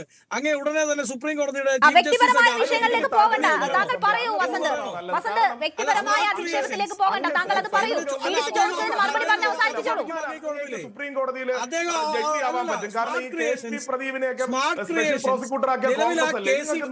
കേസിൽ കക്ഷിയാണോ? എനിക്ക് താല്പര്യം. രേണു പറഞ്ഞതിനെ വിശ്വാസം എടുത്താൽ ആ കേസിലെ കക്ഷി സ്ഥാനത്ത് നിന്ന് കോടതി അവരെ ഒഴിവാക്കിയതാണ്. അപ്പൊ പിന്നെ എങ്ങനെ ആ കേസിൽ അവർ കക്ഷിയാവുന്നത്? ആ കേസ് തന്നെ അല്ലേ? എന്റെ പൊന്നു പ്രിജി, അങ്ങനത്തെ പ്രശ്നം ഉണ്ടെങ്കിൽ അദ്ദേഹത്തിന്റെ നിയമനം നിങ്ങൾക്ക് നിലവിൽ പോലും നിയമവേദികളിൽ ചോദ്യം ചെയ്യപ്പെടാം. അദ്ദേഹം രാജിവെക്കേണ്ട കാര്യമൊന്നുമില്ല. ഇതിപ്പോ ലീഡറായി നിയമിച്ചുവെങ്കിൽ പോലും ആ കേസിൽ അപ്പിയർ ചെയ്യാതിരുന്നാൽ പോരെ എന്നൊരു വാദമുണ്ട്. ആ കേസിൽ അപ്പിയർ ചെയ്യാതിരുന്നാൽ പോരെ എന്നൊരു വാദമുണ്ട്. അല്ല, ഒരു സെക്കൻഡ് ഇനി ഞാൻ സംസാരിക്കട്ടെ. ശ്രീ പ്രജി, ഇനി ഞാൻ സംസാരിക്കട്ടെ. നോക്കൂ, ഞാൻ ഇതിന്റെ ഈ ടെക്നിക്കാലിറ്റിയിലേക്ക് കടക്കാനല്ല ഉദ്ദേശിക്കുന്നത്. എനിക്ക് ശ്രീ വസന്തനോട് ഉണ്ടായിരുന്ന ഒരേ ഒരു ചോദ്യം, ശ്രീ KB പ്രദീപിന് അപ്പോയിന്റ്മെന്റ് കൊടുക്കുന്ന സമയത്ത് സംസ്ഥാന സർക്കാരിന് അദ്ദേഹം സ്മാർട്ട് ക്രിയേഷൻസിന്റെ അഭിഭാഷകനായിരുന്നു എന്നതിനെ കുറിച്ച് അറിയാമായിരുന്നോ എന്നുള്ളത് മാത്രമാണ്. വക്കാലത്ത് ഒഴിഞ്ഞോ ഇല്ലയോ എന്നുള്ളതിനെ കുറിച്ചല്ല. ശബരിമല സ്വർണ്ണക്കൊള്ളയുമായി ബന്ധപ്പെട്ട് പ്രതിസ്ഥാനത്ത് നിൽക്കുന്ന ഒരു സ്ഥാപനത്തിന്റെ അഡ്വക്കേറ്റ് ആണ് അദ്ദേഹം എന്നതുമായി ബന്ധപ്പെട്ട് സർക്കാരിന് അറിയാമായിരുന്നോ എന്ന് ചോദിച്ചപ്പോൾ ശ്രീ വസന്തിന്റെ മറുപടിയിൽ നിന്ന് ഞാൻ മനസ്സിലാക്കുന്നത് കോൺഗ്രസിന് സർക്കാരിന് അതിനെക്കുറിച്ച് അറിയാമായിരുന്നു എന്ന് തന്നെയാണ്. ബാക്കിയെല്ലാം അദ്ദേഹം ലീഗൽ ഇൻട്രിക്കസീസ് ആണ് പറഞ്ഞത്. അപ്പോൾ അതിനർത്ഥം അന്വേഷണം നടക്കുന്ന ഒരു കേസ്, കുറ്റപത്രം സമർപ്പിക്കപ്പെട്ടിട്ടില്ലാത്ത ഒരു കേസ്, ഹൈക്കോടതി നേരിട്ട് മോണിറ്റർ ചെയ്യുന്ന ഒരു കേസ്, ആ കേസിൽ ഭക്തരുടെ സ്വർണം സംരക്ഷിക്കുന്നതിന് നിയമപരമായും ധാർമ്മികമായും ബാധ്യതയുള്ള സംസ്ഥാന സർക്കാർ ആ കേസിൽ സ്വർണ്ണക്കൊള്ള നടത്തിയെന്ന് ആരോപിക്കപ്പെടുന്ന എവിടെ വെച്ചാണോ സ്വർണം വേർതിരിച്ചെടുത്തിരിക്കുന്നത് ആ സ്ഥാപനത്തിന്റെ വക്കീലായി പ്രവർത്തിച്ചിരുന്ന ഒരാളിന് അറിഞ്ഞുകൊണ്ട് തന്നെ സർക്കാർ ഒരു നിയമനം നൽകി എന്ന് പറഞ്ഞു കഴിഞ്ഞാൽ ഇന്നലെ ഞാൻ ഈ വിഷയത്തിനെ മനസ്സിലാക്കിയിരുന്നതിനേക്കാൾ കൂടുതൽ ഗുരുതരമായിട്ടുള്ള ഒരു തെറ്റാണ് കോൺഗ്രസ് ഗവൺമെന്റിന്റെ ഭാഗത്തു നിന്ന് ഉണ്ടായിരിക്കുന്നത്. കാര്യത്തിൽ ഒരു തർക്കവുമില്ല. കാരണം ഇവിടെ ചോദ്യം ചെയ്യപ്പെടുന്നത് സംസ്ഥാന സർക്കാരിന്റെ ഉദ്ദേശശുദ്ധിയാണ്. സ്വർണം സംരക്ഷിക്കേണ്ടുന്ന സർക്കാർ അത് തട്ടിയെടുത്തയാളിന്റെ വക്കീലിനെ ഈ പക്ഷത്തേക്ക് കൊണ്ടുവരുന്നു. ശ്രീ കെ മുരളീധരൻ ഇന്നലെ പറഞ്ഞതാലോചിച്ച് നോക്കൂ, അത് ട്രോളാണ് എന്നും അതൊരു കുത്താണ് എന്നും ഒക്കെ വ്യാഖ്യാനിക്കുന്ന പല ആൾക്കാരുണ്ട്. എന്തൊക്കെയായാലും അദ്ദേഹം പറഞ്ഞിരിക്കുന്നത് അപ്പുറത്ത് നിന്നിരുന്ന ഒരാൾ ഇപ്പുറത്ത് വരുന്ന സമയത്ത് നമുക്ക് കേസിന് നല്ലതല്ലേ എന്നാണ്. എന്ന് വെച്ചാൽ വക്കാലത്തൊഴിഞ്ഞോ ഇല്ലയോ എന്നുള്ളതല്ല, അപ്പുറത്ത് നിന്നയാളാണ് എന്നതിനെ കുറിച്ച് സംസ്ഥാന സർക്കാരിന്, ദേവസ്വം വകുപ്പ് മന്ത്രിക്ക് കൃത്യമായിട്ടുള്ള ധാരണയുണ്ട്. നോക്കൂ, നമ്മളിവിടെ മനസ്സിലാക്കേണ്ടുന്ന കാര്യം ഈ ലീഗൽ ഇൻട്രിക്കസീസിലേക്കൊന്നും ആരും പോകുന്നില്ല. LDF ഭരണത്തിലിരിക്കുന്ന സമയത്ത് ശബരിമല സ്വർണ്ണക്കൊള്ള വിഷയത്തിൽ നീതിപൂർവകമായിട്ടുള്ള ഒരു അന്വേഷണം നടക്കില്ല എന്നുള്ള ഒരു ആശങ്കയായിരുന്നു ഇവിടുത്തെ വിശ്വാസികൾക്കുണ്ടായിരുന്നത്. അതുകൊണ്ട് തന്നെ സർക്കാർ മാറി വന്ന സമയത്ത് ആൾക്കാർക്ക് വലിയൊരു ആശ്വാസമുണ്ടായി. പക്ഷെ ഈ നിയമനം നടത്തുമ്പോൾ ഈ അയ്യപ്പ വിശ്വാസികളുടെ വിശ്വാസം തിരികെ റെസിപ്രൊക്കേറ്റ് ചെയ്യാനായിട്ട് ഈ സർക്കാർ ബാധ്യസ്ഥമാണ് എന്ന് കരുതിയ ആൾക്കാരോട് ഈ സർക്കാർ പുച്ഛിക്കുകയാണ്, അവരുടെ മുഖത്ത് നോക്കി തുപ്പുകയാണ് ചെയ്തത് എന്ന കാര്യത്തിൽ ഒരു തർക്കവും ഉണ്ടാകേണ്ടതില്ല. കാരണം സാധാരണഗതിയിൽ ഒരു സീനിയർ ഗവൺമെന്റ് പ്ലീഡറാണ് ദേവസ്വത്തിന്റെ കാര്യങ്ങളൊക്കെ നോക്കുന്നത്. ഇവിടെ ഒരു സ്പെഷ്യൽ ഗവൺമെന്റ് പ്ലീഡറായിട്ട് ഒരാളിനെ വെക്കുന്നു. ഏതെങ്കിലും ഒരു ദേവസ്വത്തിനല്ല, എല്ലാ ദേവസ്വത്തിൻ്റെതും കൂടിയിട്ടുള്ള ഒരു ഓവർ ആർച്ചിങ് ആയിട്ടുള്ള ഒരു ചുമതലയാണ് അദ്ദേഹത്തിന് കൊടുക്കുന്നത്. സ്പെഷ്യൽ ഗവൺമെന്റ് പ്ലീഡർക്ക് സബ്ജക്ട് ടു കറക്ഷൻ, ഞാനൊരു ലീഗൽ എക്സ്പേർട്ട് അല്ലാത്തതുകൊണ്ട് എനിക്ക് അതിനെക്കുറിച്ച് അറിയില്ല. പക്ഷെ ഞാൻ മനസ്സിലാക്കുന്നത് സ്പെഷ്യൽ ഗവൺമെന്റ് പ്ലീഡർ ആണ് എങ്കിൽ സാധാരണഗതിയിലുള്ള റിട്ടയർമെന്റ് ഏജ് അദ്ദേഹത്തിന് ബാധകമാവില്ല എന്നാണ്. എന്ന് വെച്ചാൽ സർക്കാരിന്റെ താല്പര്യത്തിന് വേണ്ടി ഈ കേസിൽ അദ്ദേഹം ഉണ്ടായിരുന്നു എന്നതുമായി ബന്ധപ്പെട്ട് കൃത്യമായ ധാരണയുള്ളപ്പോൾ ഈ ഒരു നിയമനത്തിന് വേണ്ടി ഒരു പദവി ക്രിയേറ്റ് ചെയ്ത് അദ്ദേഹത്തിനെ ഇവിടെ പ്രതിഷ്ഠിച്ചു. 2, ഇനി ലീഗൽ ഇൻട്രിക്കസീസിലേക്ക് പോയാലോ, കോൺഫ്ലിക്ട് ഓഫ് ഇൻട്രസ്റ്റിനെ തടയുന്ന നിയമങ്ങൾ അഡ്വക്കേറ്റ്സ് ആക്ടിലുണ്ട്. അതിനെ തുടർന്നിട്ടാണ് നേരത്തെ ശ്രീ പ്രജി പറഞ്ഞതുപോലെ ബാർ കൗൺസിൽ ഓഫ് ഇന്ത്യയുടെ ചട്ടങ്ങൾ രൂപീകരിച്ചിരിക്കുന്നത്. ആ കോൺഫ്ലിക്ട് ഓഫ് ഇൻട്രസ്റ്റ് എന്ന് പറയുന്ന ഒരു വക്കാലത്തൊഴിഞ്ഞു എന്നുള്ള കാരണത്താൽ മാറുന്നില്ല. കാരണം ആ കേസിന്റെ പെൻഡൻസിയാണ് ഇപ്പോഴും. ആ കേസ് തീർപ്പ് കൽപ്പിക്കപ്പെട്ടിട്ടില്ല. ഇനി അദ്ദേഹം ഒരു വാദത്തിന് വേണ്ടി പറയുകയാണ്, അദ്ദേഹം ഹൈക്കോടതിയിലെ ഗവൺമെന്റ് പ്ലീഡറാണ്, കേസ് നടക്കാൻ പോകുന്നത് മറ്റൊരു കോടതിയിലാണ് എന്ന് പറഞ്ഞാൽ പോലും ഈ ശ്രീ പ്രദീപിന് കൊടുക്കാനായിട്ട് സംസ്ഥാന സർക്കാർ ഉദ്ദേശിച്ചത് ഇൻസ്റ്റിറ്റ്യൂഷണൽ ആക്സസ് ആണ്. അതായത് നാളെ ഈ ഒരു കേസ് ഇതിന്റെ കുറ്റപത്രത്തിലേക്ക് പോകും, വിചാരണയിലേക്ക് പോകും. ആ സമയത്ത് സർക്കാരും ദേവസ്വം ബോർഡും എന്ത് തരത്തിലുള്ള സമീപനമാണ് കൈക്കൊള്ളുന്നത് എന്നതുമായി ബന്ധപ്പെട്ട് തൊഴിൽപരമായിട്ടുള്ള ഒരു അടുപ്പം കാരണം ശ്രീ പ്രദീപിന്റെ കയ്യിലേക്ക് വരുന്ന ഒരുപാട് ഇൻഫർമേഷൻ ഉണ്ടാകും. അതിന്റെ ഇന്റേണൽ ആയിട്ടുള്ള ഡോക്യുമെന്റ്സ് ഉണ്ടാകും. സർക്കാർ എടുക്കാൻ പോകുന്ന സ്റ്റാൻഡ് എന്താണ്, ദേവസ്വം ബോർഡ് പറയാൻ പോകുന്ന വാദങ്ങൾ എന്തൊക്കെയാണ്, എന്തൊക്കെ രേഖകളാണ്, ഏതൊക്കെ റിപ്പോർട്ടുകളെയാണ് ആശ്രയിക്കാൻ പോകുന്നത്, ഇതെല്ലാം തന്നെ ഇദ്ദേഹത്തിന്റെ ലോയൽറ്റിയുടെ കാര്യത്തിൽ ഒരു പ്രശ്നമുണ്ടെങ്കിൽ അത് പ്രതിഭാഗത്തിന് അത് എത്തിച്ചു കൊടുക്കുമെന്ന രീതിയിലത്തേക്കോ അവർക്ക് സഹായിക്കുമെന്ന രീതിയിലത്തേക്കോ രാഷ്ട്രീയമായിട്ടുള്ള ഒരു ആരോപണം നാളെ പ്രതിപക്ഷം ഇവിടെ ഉന്നയിച്ചു കഴിഞ്ഞാൽ കോൺഗ്രസിന് ഒരൊറ്റ മറുപടി പറയാനായിട്ടുണ്ടാവില്ല. തന്നെയല്ല, ഇനി നമ്മൾ ഇതിനകത്തിൽ കാണുന്നത് ഒരാളിൻ്റെതായിട്ടുള്ള പ്രൊഫഷണൽ ഇന്റഗ്രിറ്റി എന്ന് പറഞ്ഞിട്ടുള്ള ഒരു കാര്യമുണ്ട്. സ്മാർട്ട് ക്രിയേഷൻസിന് വേണ്ടി കോടതിയിൽ മാത്രമാണോ ശ്രീ KB പ്രദീപ് അപ്പിയർ ചെയ്തിരിക്കുന്നത്? അദ്ദേഹം കോടതിയിൽ അപ്പിയർ ചെയ്യുന്നതിന് മുമ്പ് അപ്പിയർ ചെയ്തിരിക്കുന്ന ഈ നാട്ടിലെ മാധ്യമങ്ങളുടെ മുന്നിലല്ലേ? അദ്ദേഹം അന്ന് പറഞ്ഞത് എന്താ? എല്ലാ മാധ്യമങ്ങളോടും അദ്ദേഹം പറഞ്ഞത് സ്മാർട്ട് ക്രിയേഷൻസിൽ ഒരു തരത്തിലും ശബരിമലയിൽ നിന്നുള്ള പ്യുവർ ആയിട്ടുള്ള ചെമ്പല്ലാതെ മറ്റൊരു വസ്തുക്കൾ ഇവിടെ കൊണ്ടുവന്നിട്ടില്ല എന്നാണ്. ശബരിമലയിലെ നിന്ന് എത്തിച്ചിരിക്കുന്ന പാളികൾ, അത് ഈ ദ്വാരപാലക പാളികൾ ഉൾപ്പെടെ അത് ചെമ്പ് മാത്രമാണ്, ശുദ്ധമായിട്ടുള്ള ചെമ്പാണ് എന്ന് പറഞ്ഞു. അതിൽ ഒരു തരത്തിലുള്ള പ്ലേറ്റിങ്ങും ഉണ്ടായിരുന്നില്ല എന്ന് പറഞ്ഞു. ഒരു പടി കൂടി കടത്തി അദ്ദേഹം വേറൊരു കാര്യം കൂടി പറഞ്ഞു. അതായത് സ്മാർട്ട് ക്രിയേഷൻസിൽ ഒരു വർക്കിന് വേണ്ടിയിട്ട് ഒരു സാധനം എടുത്താൽ അതിൽ സ്വർണം പൂശുകയോ ക്ലാഡ് ചെയ്യുകയോ ചെയ്തിരിക്കാൻ പാടില്ല.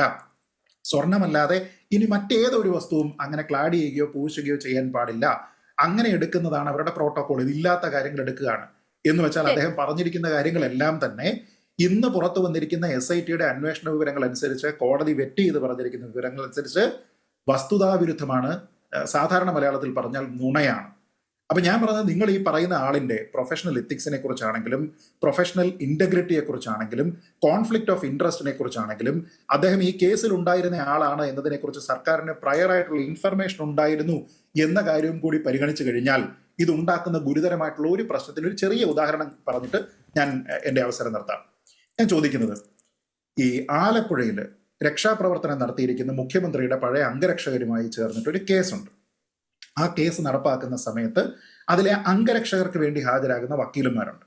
ആ വക്കീലന്മാരിൽ ആരെയെങ്കിലും നാളെ ഇതേ ആഭ്യന്തര വകുപ്പിന്റെ കേസ് കൈകാര്യം ചെയ്യുന്നതിന് വേണ്ടിയിട്ട് ഗവൺമെന്റ് പ്ലീഡറായിട്ട് കൊണ്ടുവന്നാൽ ഇതേ ന്യായം പറഞ്ഞുകൊണ്ട് വക്കാലത്തൊഴിഞ്ഞു, വേറെ താല്പര്യമായിരുന്നു എന്നൊക്കെ പറഞ്ഞുകൊണ്ട് കോൺഗ്രസ്സുകാർ അവരെയും ന്യായീകരിക്കാൻ നിൽക്കുമോ? നവീൻ ബാബുവിന്റെ കേസിലാണ് ഇതേപോലത്തെ ഒരു കാര്യം വരുന്നത് എങ്കിൽ അതിൽ കുടുംബത്തിന്റെ താല്പര്യം എന്താണ് എന്ന് മുഖ്യമന്ത്രിയോട് പറഞ്ഞത് എന്താണെന്ന് നമുക്കറിയാം.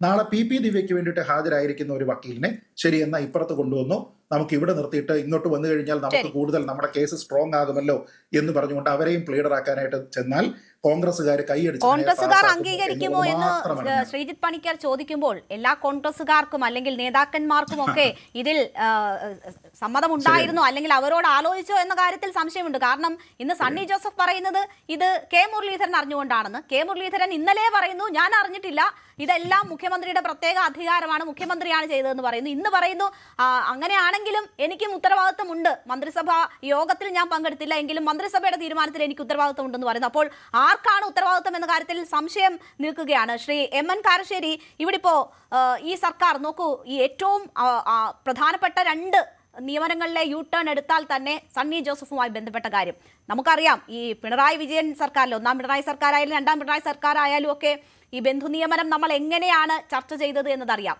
വളരെ മികച്ച ഒരു വ്യക്തിയാണ്, വലിയ കാര്യശേഷിയുള്ള ഒരാളാണ്. അയാളെപ്പോലൊരാൾ, എൻ്റെ ബെന്നി തോമസിനെ പോലൊരാൾ എൻ്റെ പേഴ്സണൽ സ്റ്റാഫിൽ വേണം, എന്നാലേ എനിക്ക് മുന്നോട്ട് നീങ്ങാൻ പറ്റുള്ളൂ എന്ന് പറഞ്ഞുകൊണ്ടാണ് സണ്ണി ജോസഫ് അതിനെ ന്യായീകരിച്ചത്. പക്ഷേ അത് വലിയ വിവാദമാകുമ്പോൾ അത് റദ്ദാക്കിക്കൊണ്ട് രാജിവെപ്പിച്ചുകൊണ്ട് മുഖം രക്ഷിക്കുന്നത് നമ്മൾ കണ്ടു. ഇവിടെ അടുത്ത നിയമനം, അവിടെയും രാജി മുഖ്യമന്ത്രി നേരിട്ട് ചോദിച്ചു വാങ്ങി രക്ഷിക്കുന്നു അല്ലെങ്കിൽ മുഖം രക്ഷിക്കാനുള്ള ഒരു ശ്രമം നടക്കുന്നു. അതിനപ്പുറം ഈ 2 രാജികളും തെറ്റ് സമ്മതിക്കലല്ലേ യഥാർത്ഥത്തിൽ സർക്കാർ ചെയ്തിരിക്കുന്നത്? ഞങ്ങൾക്ക് തെറ്റ് പറ്റിയെന്ന സമ്മതമല്ലേ ഈ രാജിയിലൂടെ വ്യക്തമാകുന്നത്? അതിനും അപ്പുറം ഉണ്ട് കാര്യങ്ങൾ. ഇപ്പോൾ ആരോഗ്യ വകുപ്പിൽ ഡയറക്ടറെ സ്ഥലം മാറ്റിയിരിക്കുകയാണ്. അതിന് സ്ഥലം മാറ്റുന്നതിൽ കുഴപ്പമില്ല, സ്ഥലം മാറ്റാൻ പറഞ്ഞ കാര്യങ്ങളെല്ലാം കളവാണ് എന്ന് തെളിവ് സഹിതം പുറത്തു വരികയാണ്. അവർ 15 ദിവസം അവധി ചോദിച്ചു എന്ന് പറയുന്നു. പക്ഷേ 2.5 ദിവസത്തെ അവധി മാത്രമാണ് ചോദിച്ചത്, കാഷ്വൽ ലീവാണ് ചോദിച്ചത്. അവർ മറ്റ് ചില റിപ്പോർട്ടുകളിൽ പറ്റില്ല എന്നുള്ള കാര്യങ്ങൾ, ഡോക്ടർമാരെ അയക്കാൻ പറ്റില്ല എന്നുള്ള കാര്യങ്ങൾ പറഞ്ഞു എന്ന് പറയുന്നു. പക്ഷെ അങ്ങനെ പറഞ്ഞിട്ടില്ല എന്ന് തെളിവ് വരുന്നു. അപ്പോൾ സർക്കാരിന് മുഖം നഷ്ടപ്പെടുന്ന, സർക്കാർ കളവ് പറയുന്നു എന്ന് തോന്നിപ്പിക്കുന്ന സാഹചര്യങ്ങളല്ലേ യഥാർത്ഥത്തിൽ സംഭവിച്ചുകൊണ്ടിരിക്കുന്നത്?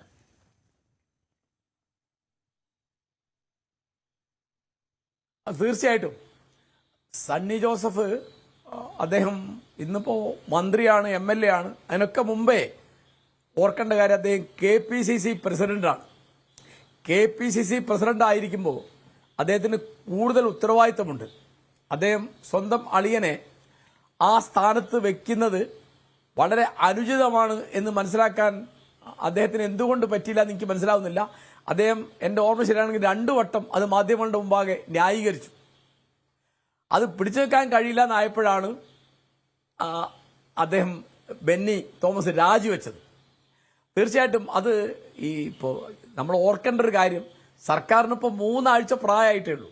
ഇപ്പം തന്നെ ഈ തരത്തിൽ പ്രതീതിഭംഗം ഉണ്ടാക്കുക, അവരുടെ ഇമേജിനെ പറ്റി നമുക്ക് വളരെ കഷ്ടം തോന്നുന്ന മട്ടിലാണ് അവർ പെരുമാറുന്നത്. ഇതിപ്പോൾ തീർച്ചയായിട്ടും സണ്ണി ജോസഫിന് പേഴ്സണലായിട്ടായിരിക്കും അളിയനെ നിയമിച്ചതിൽ ഉത്തരവാദിത്തം ഉണ്ടാവുക.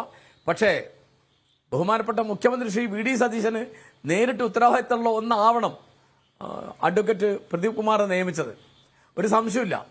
അപ്പോൾ തീർച്ചയായിട്ടും ഇത് അവർക്ക് വേണ്ടത്ര ശ്രദ്ധയില്ല ജനങ്ങളെപ്പറ്റി. അതായത് ശബരിമല സ്വർണ്ണക്കൊള്ള എന്ന് പറയുന്നത് വിശ്വാസികളുടെ മാത്രം കാര്യമല്ലല്ലോ.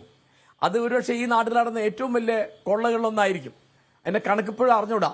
ഇപ്പോഴും അതിൻ്റെ തൊണ്ടി മുതൽ കിട്ടിയിട്ടില്ല. ഈ പ്രതികൾ മുഴുവൻ 90 ദിവസത്തിനകം കുറ്റപത്രം കോടതിയിൽ കൊടുത്തില്ല എന്നുള്ള സാങ്കേതിക സൗകര്യം ഉപയോഗിച്ചിട്ട് പുറത്തേക്ക് പോയി. അവർ വളരെ സ്വാധീനമുള്ളവരും പലതരത്തിൽ ആളുകൾ സ്വാധീനിക്കാൻ കഴിയുന്നവരും രാഷ്ട്രീയത്തിലും മറ്റു നിലയ്ക്കൊക്കെ വലിയ പിടിപാടുള്ള ആളുകളാണ്. അപ്പോൾ ആ കേസ് അനാഥമായി പോവുകയില്ല എന്നുള്ള ഉറപ്പിലും കൂടിയാണ് ജനങ്ങൾ UDF ജയിപ്പിച്ചതെന്ന് വിചാരിക്കുന്ന ഒരാളാണ് ഞാൻ. അപ്പോൾ ഇപ്പോൾ ആ കേസിൽ പ്രതിയായ പത്മകുമാറിനെതിരായിട്ട് എന്തുകൊണ്ട് നടപടിയെടുത്തില്ല എന്നുള്ളത് CPM-നകത്ത് വലിയൊരു കോലാഹലം ആ പാർട്ടിക്കകത്ത് നടന്നുകൊണ്ടിരിക്കുകയാണെന്നാണ് വാർത്തകളിൽ നിന്ന് മനസ്സിലാക്കേണ്ടത്. അപ്പോൾ ഇത്രയൊക്കെ വലിയൊരു സംഭവത്തിൽ ഇത്ര നിരുത്തരവാദപരമായി പെരുമാറി എന്നുള്ളതിന് യാതൊരു തരത്തിലുള്ള ന്യായീകരണവുമില്ല. അപ്പോൾ സ്മാർട്ട് ക്രിയേഷൻസിൻ്റെ വക്കാലത്ത് അദ്ദേഹത്തിന് ഉണ്ടായിരുന്നു എന്നുള്ളത് എല്ലാവർക്കും അറിയുന്ന കാര്യമാണ്. അതിപ്പോൾ കോൺഗ്രസിനോ UDF-നോ അറിയാതെ വരില്ല, മുഖ്യമന്ത്രിയുടെ ശ്രദ്ധയിൽ അത് വരാതെ പോവില്ല. പക്ഷേ എന്നാലും ഒന്ന് നോക്കാം എന്ന് അദ്ദേഹം വിചാരിച്ചോ എന്ന് സംശയിക്കാവുന്ന മട്ടിലാണ്.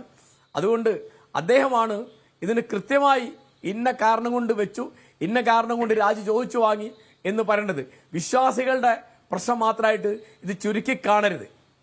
കാരണം ഏതെങ്കിലും ദേവാലയത്തിലെ കൊള്ള എന്ന് പറയുന്നത് ആ ദേവസ്ഥാനത്തെ ഭക്തന്മാരെ മാത്രം ബാധിക്കുന്ന കാര്യമല്ലല്ലോ, നമ്മുടെ പൊതുമുതലായിട്ട് കാണേണ്ട കാര്യമാണത്. ഇവിടുത്തെ എല്ലാ വിശ്വാസികളെയും വിശ്വാസമില്ലാത്തവരെയും ബാധിക്കുന്നതാണ് കള്ളത്തരവും കൊള്ളയൊക്കെ. അതുകൊണ്ട് വളരെ ഗൗരവമുള്ള ഒരു കാര്യമായിട്ട് ജനങ്ങളോട് വിശദീകരിക്കാൻ തീർച്ചയായിട്ടും ബഹുമാനപ്പെട്ട മുഖ്യമന്ത്രി തയ്യാറാവണമെന്നാണ് എനിക്ക് പറയാനുള്ളത്. ശരി, വിശദീകരണം ഉണ്ടാകുമോ എന്ന് നമുക്ക് കാത്തിരിക്കാം. ശ്രീ രാഹുൽ ഈശ്വർ, നോക്കൂ, ഇവിടിപ്പോ സ്വർണ്ണക്കൊള്ളയുമായി ബന്ധപ്പെട്ടുള്ള വിഷയത്തിൽ താങ്കളൊക്കെ സ്വീകരിക്കുന്ന നിലപാടുകൾ നമ്മൾ കണ്ടിട്ടുള്ളതാണ്. ഇവിടെ ഇപ്പോൾ കോൺഗ്രസിന്റെ ഭാഗത്ത് നിന്ന് അല്ലെങ്കിൽ UDF സർക്കാരിന്റെ ഭാഗത്ത് നിന്നാണ് വീഴ്ച എന്നുള്ളത് കൊണ്ടൊന്ന് മയപ്പെടുന്നുണ്ടോ? ഈ കേസ് തന്നെ അട്ടിമറിക്കാനുള്ള നീക്കം എന്ന നിലയിലാണ് പ്രതിപക്ഷം വലിയ ആരോപണം ഉന്നയിക്കുന്നത്.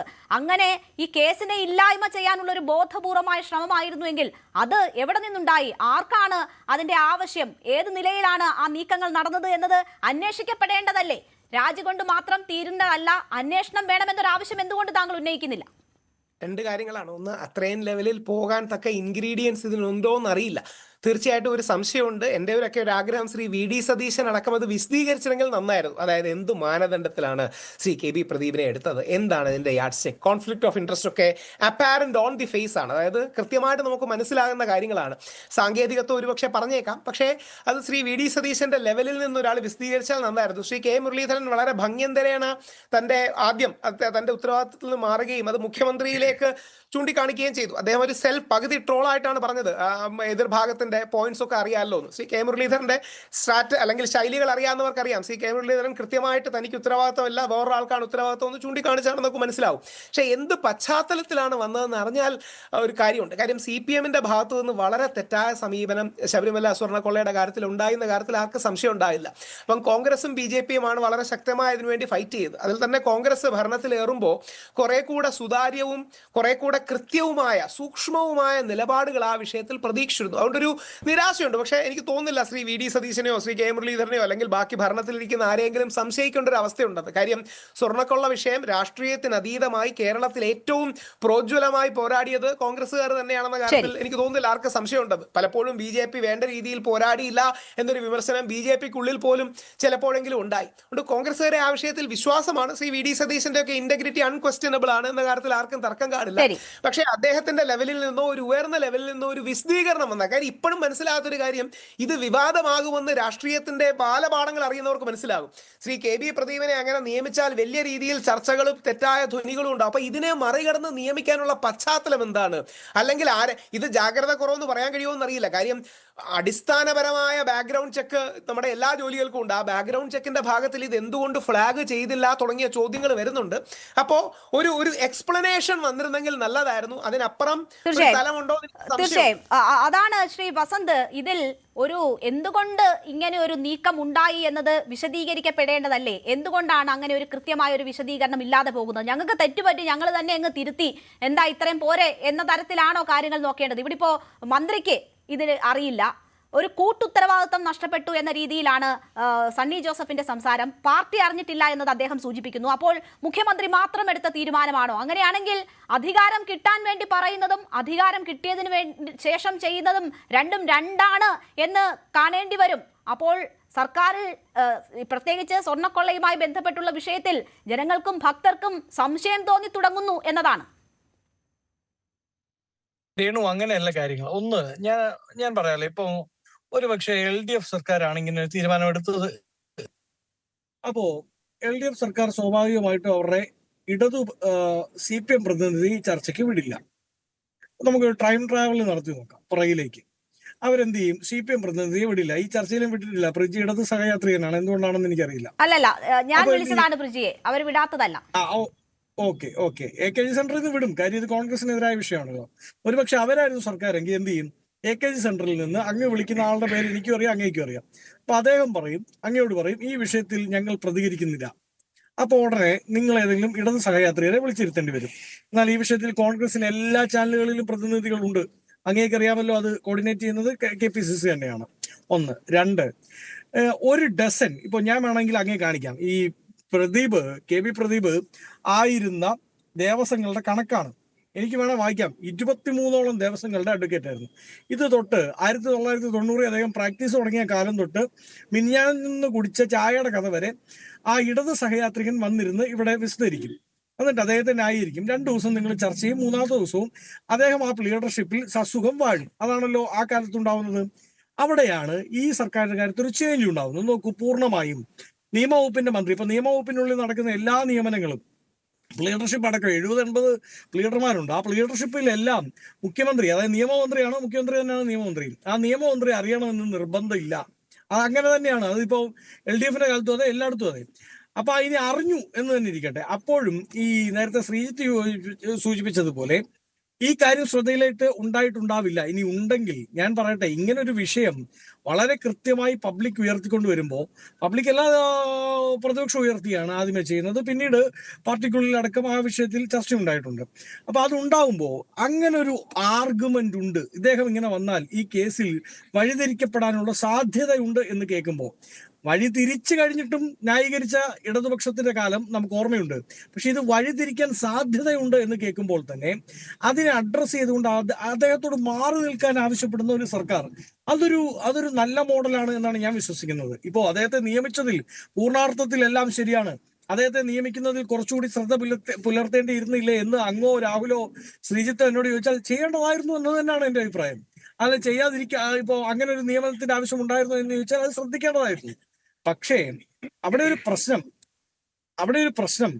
അങ്ങനെ ഈ പറയുന്ന ശ്രദ്ധക്കുറവ് അല്ലെങ്കിൽ ആ ഒരു അവധാനതക്കുറവ് ഈ കേസിൽ ഉണ്ടായത് പോയിന്റ് ചെയ്തിരുന്ന സമയം, അത് നോട്ട് ചെയ്യപ്പെടുന്ന സമയം, അത് അഡ്രസ് ചെയ്യുകയാണ് ഈ സർക്കാർ.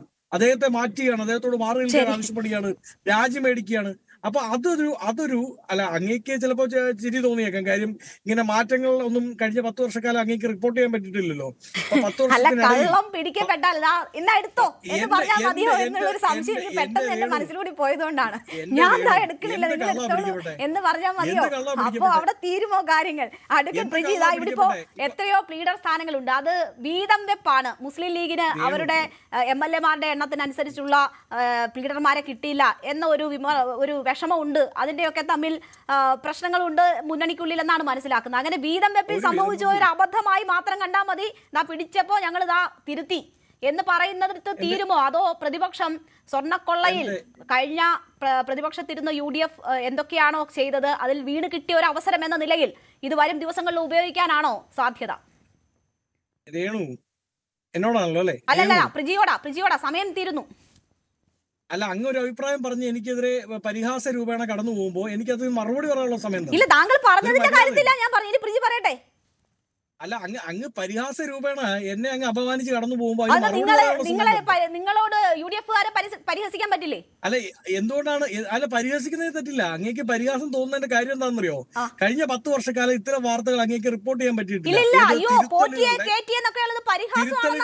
എനിക്ക് തോന്നുന്നത് നിങ്ങൾക്ക് പറയാം. ഇപ്പോ പ്ലീഡറെ ഞങ്ങൾക്ക് പറയാൻ പറ്റില്ലേ? പരിഹാസമായി പോയോ? അത് ആരാ പ്ലീഡറെ ഇറക്കിയത്? അതും കോൺഗ്രസ് ആണ് കേട്ടോ. കേറ്റിയത് നിങ്ങളാണല്ലോ. അത് പറഞ്ഞേ ഉള്ളൂ. അങ്ങനെയൊക്കെ പരിഹസിക്കാനുള്ള സ്വാതന്ത്ര്യം കൂടി ഉണ്ട്. UDF അധികാരത്തിൽ എന്ന് പറഞ്ഞിട്ട് അതിനുള്ള അവകാശമൊന്നും നിഷേധിക്കുന്നില്ലല്ലോ വസന്തേ. പ്ലീഡറെ പ്ലീഡറെ ഇറക്കിയതും കൂടെ പാടണം. അപ്പൊ അതേ പിടിച്ചപ്പോ പ്രശ്നമുള്ളൂ. ഇറക്കിയതും കൂടി ഞാൻ പാടാം.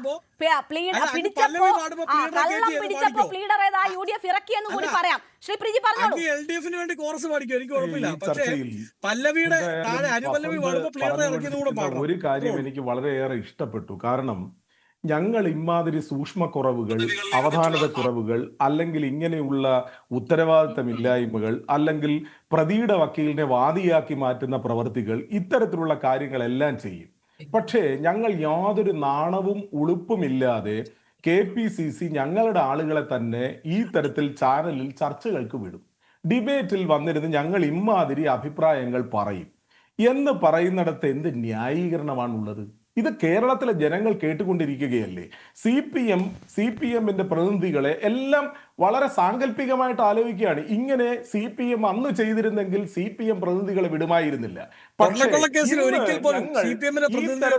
കേരളത്തിലെ കേരളത്തിലെ ജനങ്ങളുടെ മുഴുവൻ കൊഞ്ഞണം കുത്തിക്കൊണ്ട് ഈ തരത്തിലുള്ള തീരുമാനങ്ങൾ എടുക്കും. പക്ഷേ ഞങ്ങൾ തന്നെ ചാനലുകളുടെ മുമ്പിൽ വരാനുള്ള തൊലിക്കട്ടി ഞങ്ങൾക്കുണ്ട് എന്ന് പറയുന്ന കോൺഗ്രസ്സുകാരനോട് എനിക്ക് സഹതാപം മാത്രമേ ഉള്ളൂ. ഒന്ന് ആലോചിച്ച് നോക്കൂ രേണുകെ, ഇതിനകത്ത് അവർ പറയുന്നത് എന്താ?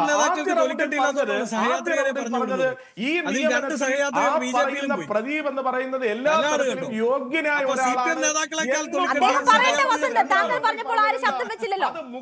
അദ്ദേഹം വ്യക്തിപരമായത് ക്ഷമിക്കുക. അപ്പൊ ശബ്ദം ഉയർത്തിന്റെ ഇല്ലെങ്കിൽ രേണു എന്റെ ലൈൻ അങ്ങ് കട്ട് ചെയ്തോ. എന്ത് വ്യക്തിപരമായ അധിക്ഷേപം?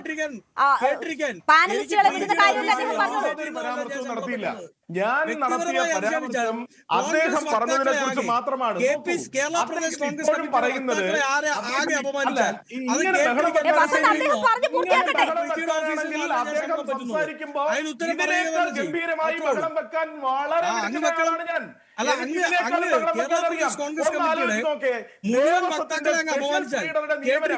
മുഖ്യമന്ത്രിയുടെ ഓഫീസിൽ നിന്ന് നടക്കുമ്പോ മുഖ്യമന്ത്രിക്ക് അതിനെക്കുറിച്ച് ഉത്തരവാദിത്തമില്ലായിരുന്നു, വിവരമില്ലായിരുന്നു, അറിവില്ലായിരുന്നു എന്ന് പറയുന്ന ഒരു എവിടെയായിരുന്നു സ്വപ്ന സുരേഷും ശിവശങ്കരനും കയറി മുഖ്യമന്ത്രിയുടെ ഓഫീസിൽ ഇറങ്ങിയപ്പോ ടോയ്ലറ്റ് നാപ്കിൻ കൊണ്ടേ കൊടുത്ത് ഒപ്പിട്ട് കൊടുക്കുമ്പോ ശിവശങ്കരൻ പറഞ്ഞുകൊണ്ടിരുന്നത്? അതായത് മുഖ്യമന്ത്രി ഇത് അറിഞ്ഞോ എന്ന് അദ്ദേഹത്തിന് അറിഞ്ഞുകൂടന്ന്. പിന്നെ എന്ത് കാര്യത്തിനാണ് ഈ ചർച്ചയിൽ പങ്കെടുക്കുന്നത്? മുഖ്യമന്ത്രിയുടെ ഓഫീസിൽ നിന്ന് നടന്ന ഒരു നിയമനത്തെ സംബന്ധിച്ച് ചോദിക്കുമ്പോൾ അത് മുഖ്യമന്ത്രിക്ക് അറിയാമായിരുന്നോ എന്ന് എനിക്കറിയില്ല എന്ന് പറയുന്ന കോൺഗ്രസ് പാർട്ടിയെ കുറിച്ച് കേരളത്തിലെ ജനത്തിന് തുടക്കത്തിൽ തന്നെ ഒരു മാസത്തിനുള്ളിൽ തന്നെ തെറ്റുപറ്റിപ്പോയി എന്ന് മനസ്സിലാക്കാനുള്ള ഏറ്റവും ഉത്തമമായ ഉദാഹരണമായി ഈ ചർച്ച പറയുകയല്ലേ. ഒന്ന് ആലോചിച്ച് നോക്കൂ, അളിയൻ നിയമനം എത്ര ആഴ്ചക്കകമാണ് നടന്നത്? ഈ അളിയൻ നിയമനത്തെ സംബന്ധിച്ച് ആ മറ്റേ അളിയൻ എന്താ ചെയ്തത്? കേരളത്തിലെ ജനങ്ങളുടെ മുമ്പിൽ പറഞ്ഞത് എന്റെ അളിയൻ മിടുക്കനാണ്, അതുകൊണ്ട് ഈ അളിയനെ തന്നെ വേണം. ആരുടെ കൂടെ നിന്നാ പറഞ്ഞത്? നിയമസഭയിൽ ബന്ധു നിയമനത്തെ സംബന്ധിച്ച് ഏറ്റവും വലിയ ചർച്ചകൾക്ക് നേതൃത്വം കൊടുത്ത ആളിനെ കൂടെ ചേർത്ത് വെച്ചുകൊണ്ട് പത്രസമ്മേളനം നടത്താൻ ഉളിപ്പില്ലാത്ത KPCC പ്രസിഡന്റിന്റെ പാർട്ടിയുടെ പ്രതിനിധിയെ എനിക്ക് സഹതാപം തന്നെയാണ് ഈ ചർച്ചയിൽ. മുഖ്യമന്ത്രിയുടെ വകുപ്പിൽ ഒരു നിയമനം നടക്കുമ്പോൾ അതിനെ വേണ്ട വിധത്തിൽ പഠിച്ച് മനസ്സിലാക്കാതെ കേരളത്തിന്റെ ജനങ്ങളുടെ മനസ്സിൽ ഏറ്റവും കത്തിച്ചൊലിച്ചു നിൽക്കുന്ന, ഏറ്റവും പ്രോജ്വലമായി നിൽക്കുന്ന ഒരു വിഷയത്തിനകത്ത് ഒരു നിയമപരമായ നിയമനം നടത്തുമ്പോൾ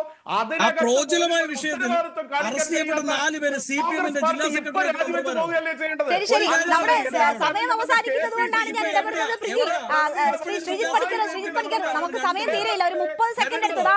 ഇതിപ്പോൾ നാളെയോ മറ്റന്നാളോ വാർത്താ സമ്മേളനം നടത്തി വിശദീകരിച്ച് മുഖ്യമന്ത്രിക്ക് തീർക്കാൻ കഴിയുന്ന ഒരു വിഷയമാണ് എന്ന് താങ്കൾ കരുതുന്നുണ്ടോ? അങ്ങനെ തീരുമോ? എങ്ങനെ സംഭവിച്ചു ഈ പിഴവ് എന്നതിലൊരു വിശദീകരണം കൊണ്ടുകൂടി തീരുന്ന ഒരു വിഷയമാണോ?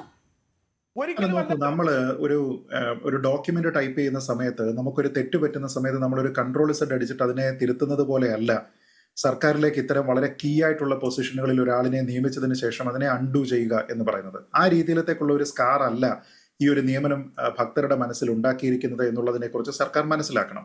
അപ്പൊ ഇതിൽ മുഖ്യമന്ത്രിയുടെ നേരിട്ടുള്ള തീരുമാനമാണോ, ഇനി അഥവാ മുഖ്യമന്ത്രി ആരെങ്കിലും തെറ്റിദ്ധരിപ്പിച്ചിരിക്കുന്നതാണ് എങ്കിൽ ഈ KB പ്രദീപിനെ അവിടെ നിയമിക്കുന്നതിന് വേണ്ടിയിട്ട് കമ്പലിംഗ് ആയിട്ടുള്ള ഒരു റീസൺ അദ്ദേഹത്തിന് പറഞ്ഞു കൊടുത്തിട്ടുണ്ടെങ്കിൽ അത് ആരായാലും അദ്ദേഹം മുഖ്യമന്ത്രിയുടെ താല്പര്യത്തിന് വിരുദ്ധമായിട്ടാണ് പ്രവർത്തിക്കുന്നത് എന്ന് വേണം മനസ്സിലാക്കാൻ. സർക്കാരിന്റെ മൊത്തത്തിലുള്ള ഡയറക്ഷന് വിരുദ്ധമായിട്ട് ആണ് പ്രവർത്തിക്കുന്നത് എന്ന് വേണം മനസ്സിലാക്കാൻ. അങ്ങനെയെങ്കിൽ അത് ആരാണ് എന്നറിയാനുള്ള ഒരു അവകാശം ശ്രീ VD സതീശനുണ്ട്. അങ്ങനെ ആരെങ്കിലും ഈ സർക്കാരിനെ തെറ്റിദ്ധരിപ്പിക്കുന്നില്ല എന്ന് മനസ്സിലാക്കാനും ഉറപ്പുവരുത്താനുമുള്ള അവകാശം ഇവിടെയുള്ള ജനങ്ങൾക്കുമുണ്ട്. അതുകൊണ്ട് തന്നെ ഒരാളിനെ മാറ്റിയത് കൊണ്ട് ഇതിൽ സൊല്യൂഷൻ ഉണ്ടാകുന്നില്ല. മറിച്ച് ഇത് ആരുടെ തീരുമാനമായിരുന്നു, എന്തായിരുന്നു ഇതിന്റെ റിയൽ ഇന്റന്റ് എന്നുള്ള കാര്യം പുറത്തു വന്നെങ്കിൽ മാത്രമേ ഈ വിവാദം അവസാനിക്കുമെന്നാണ്. തിരുത്തിയത് കൊണ്ട് മാത്രം തീരില്ല. എന്തായാലും സർക്കാരിന്റെ ശോഭ കെടുത്തുന്ന തരത്തിലേക്കാണ് ഈ രണ്ട് സുപ്രധാനമായ യൂടേണുകൾ ഇപ്പോൾ വിരൽ ചൂണ്ടുന്നത്. അതിൽ കൂടുതൽ വിശദീകരണങ്ങൾ വേണ്ടിവരുന്നു. പ്രത്യേകിച്ച് സ്വർണ്ണക്കൊള്ളയുമായി ബന്ധപ്പെട്ടുള്ള കേസ് അട്ടിമറിക്കാനുള്ള ഗൂഢശ്രമമായിരുന്നു ഇതിന് പിന്നിലെന്ന ആരോപണം പ്രതിപക്ഷം ശക്തമായി ഉന്നയിക്കുക കൂടി ചെയ്യുന്ന സാഹചര്യത്തിൽ സർക്കാർ നിയമനങ്ങളിൽ കല്ലുകടിയോ എന്നതാണ് പ്രേക്ഷകരോട് നമ്മൾ ഇന്ന് ചോദിച്ച ചോദ്യം. അതേ എന്ന് പറയുന്നു 74% പേർ, അല്ല എന്ന് പറയുന്നത് 26% പേർ മാത്രം. ആ പോളിലും എന്താണ് പൊതുവികാരം എന്നത് നമുക്ക് കാണാം. വളരെ നന്ദി. ചർച്ചയിൽ പങ്കെടുത്ത എല്ലാ അതിഥികൾക്കും. പ്രൈം ഡിബേറ്റ് പൂർണ്ണമാകുന്നു. നമസ്കാരം.